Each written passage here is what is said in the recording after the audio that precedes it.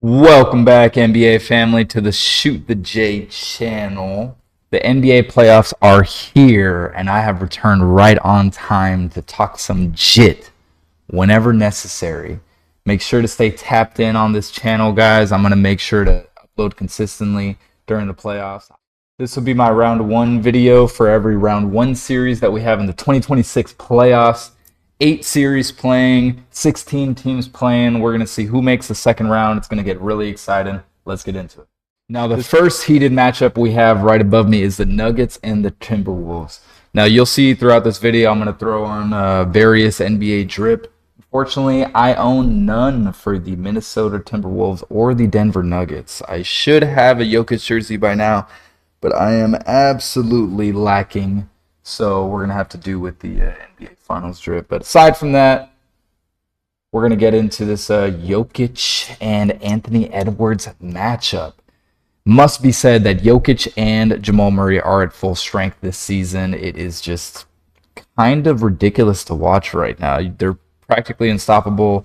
They're hitting on all cylinders, but they don't necessarily have the right help on the bench. If we look at the Wolves, you've got Jaden McDaniels. What did Anthony Edwards say? They have KD. We got Jaden McDaniels. He wasn't lying ever since he said those words. His defense is absolutely elite. Their bench with Dante DiVincenzo, Bones Highland is killing it in his revenge tour against the Nuggets. You got Naz Reid, always going to give it to him. Rudy Gobert is at least trying to put up a fight against Jokic. The Wolves look nice. The Wolves are doing what they need to do against this team. That being said, I think Aaron Gordon is the X factor just as much as Jaden McDaniels and Ayo Dosunmu are the X factors on the Timberwolves side.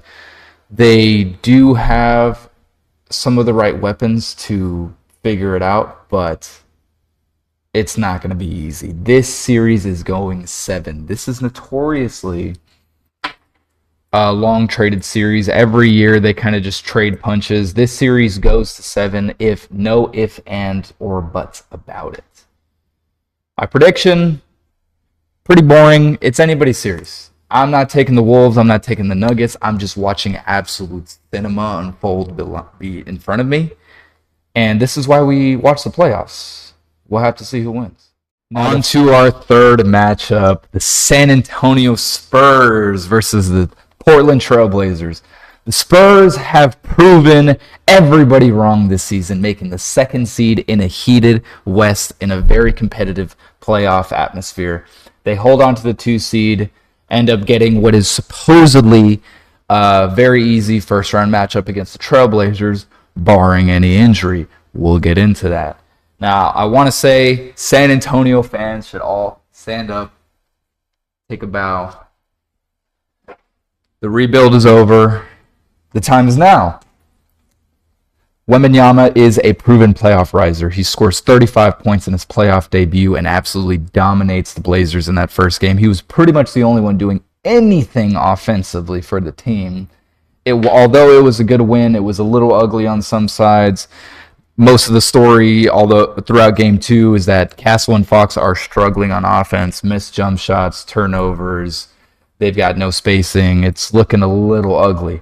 The Spurs story here is health. Game 1 was fantastic. Lights out. Everybody did their job. Kumbaya, go home, move on. Coolest fucking playoff atmosphere this year. Basically, everybody's talking about the shirts, the colorful shirts. Hell, I want to get one. I want to get that goddamn jersey. But everything looks like it was just clicking. What could go wrong? What could go wrong? Everything could go wrong in an instant.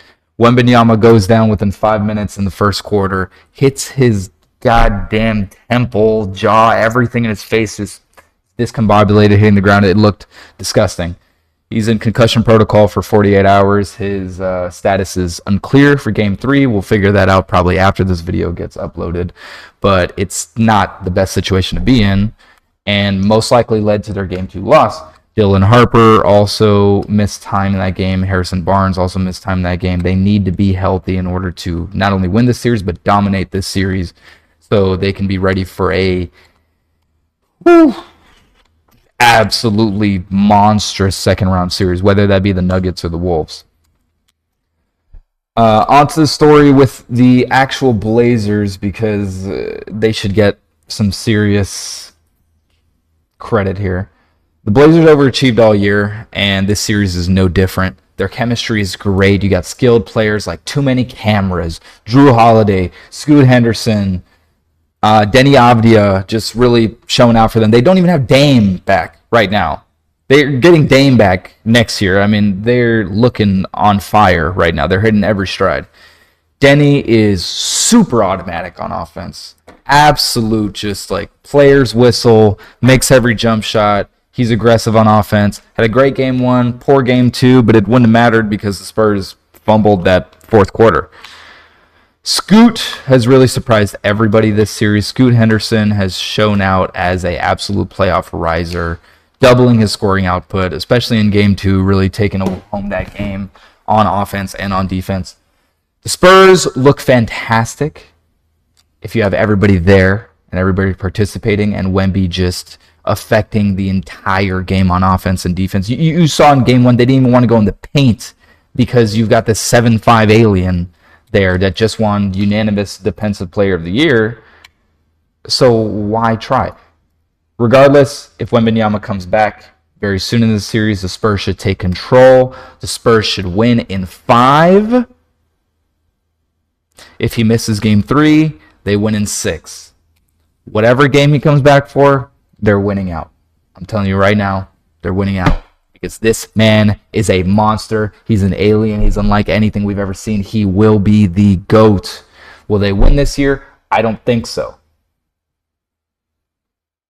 And that's how you know that I'm a real Spurs fan, because I'm not going to be biased and say that they're winning the chip. Granted, they are better than the Thunder, but they have to make it to the Thunder first. Now on to our 5th matchup, one of the most frustrating matchups for myself in this playoff. The Houston Rockets versus the Los Angeles Lakers. Now I must start by saying LeBron is 41 years old. He is the fucking GOAT. There is no debate.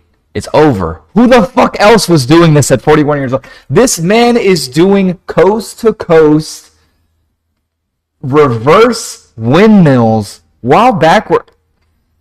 Absolute cinema, bro. I can't even be mad. As somebody who lives in Houston, as somebody who's just watching this team crumble as I've been watching them all year. Now on, I had to cut it because I had to show my frustration. Look, I've seen these fuckers play 4 fucking times this year. I've seen enough to understand and to notice. For the Houston Rockets, this is not their year. It was never their year. It was never even close to their year.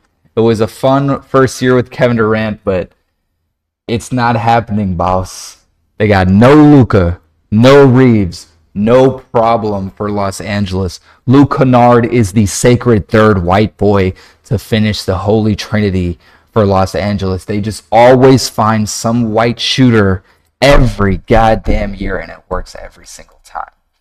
The KD Game 1 injury set the tone for the entire series, regardless of when he was going to return or not. It was not going to be a good look. Everybody knew they were going to be flailing, struggling, and lost without him. The Rockets' offense is unwatchable, brother. Completely unwatchable.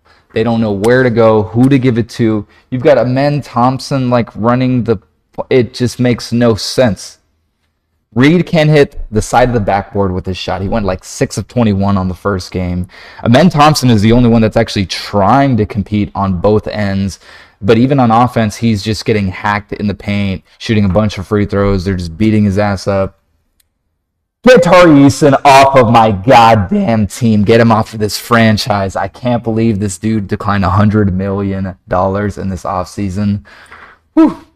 What a blessing. What a blessing. KD's return game enhanced the glaring issues in Game 2. Everybody was excited, myself included. I screamed at work. I was like, yo, KD's playing tonight. This shit's easy peasy, man. I can max and relax. I was completely wrong.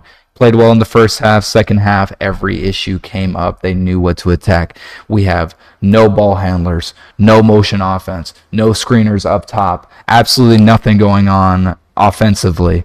We are ass. Brother, we're waiting for Fred VanVleet to save us. We're like, please, let 34-year-old, I don't know how old he's going to be when he comes back from an ACL tear. Fred VanVleet to save this team. Yeah, no, it's not happening, brother. It was a fun year.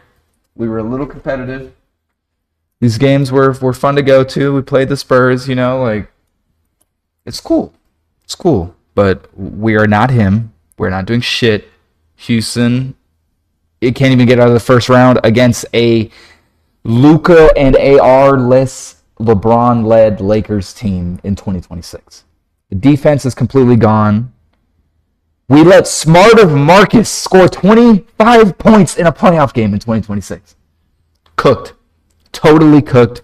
Rockets are done on this one. Although the series swings back home tomorrow, I can see at best they make this a 6-game series with some little exciting times here and there and some little clips. But if Reeves or Luka come back at any point in this series, it's a bloodbath. We're completely done. The funniest thing about this all is my goofy ass supported this team this year. I had to do it for the city. I had to go buy the goddamn souvenir cups, go to the games, buy the shirt, show the love, just to get destroyed by 41-year-old LeBron. Moving on to our final series, we got the Oklahoma City Thunder versus the Phoenix Suns. Now, notice very closely as both of these are Kevin Durant memorabilia, because when the hell else would I be supporting these teams, practically? You got 35 right there. You already know what the boy is. Regardless, that being said, it's a confirmed sweep. It's a 4-0. It's over. OKC in 3. Fuck for OKC in 3. Just call it now. This is the ugliest series in this playoff. There's always one team that gets unlucky that's like, woo, we wanted to play in. You know, we tried our best. We had a decent year. In fact, the Suns were the 7th seed and then fumbled that spot. Could have had somewhat of a lucky series with the Spurs, but that being said, they find themselves against the OKC Reapers. The Thunder are looking in championship shape. The Suns are buns. The OKC haters are in shambles, myself included. They may repeat again this year and win the NBA Finals one more time for Oklahoma and all of the land. The only way we can hope that this stops is if my Spurs can do the impossible and stop the Thunder, but we'll have to see. We'll have to see. We'll see what my thoughts are on that in the second round predictions when I make that late video. Moving on, I just want to say thank y'all so much for watching. If you made it to this part of the video, you are an absolute real one. You know who you are out there. Be sure to like, comment, subscribe, share, and run it up. Hopefully the Spurs can take it all home. I'll see you in the next video. Peace.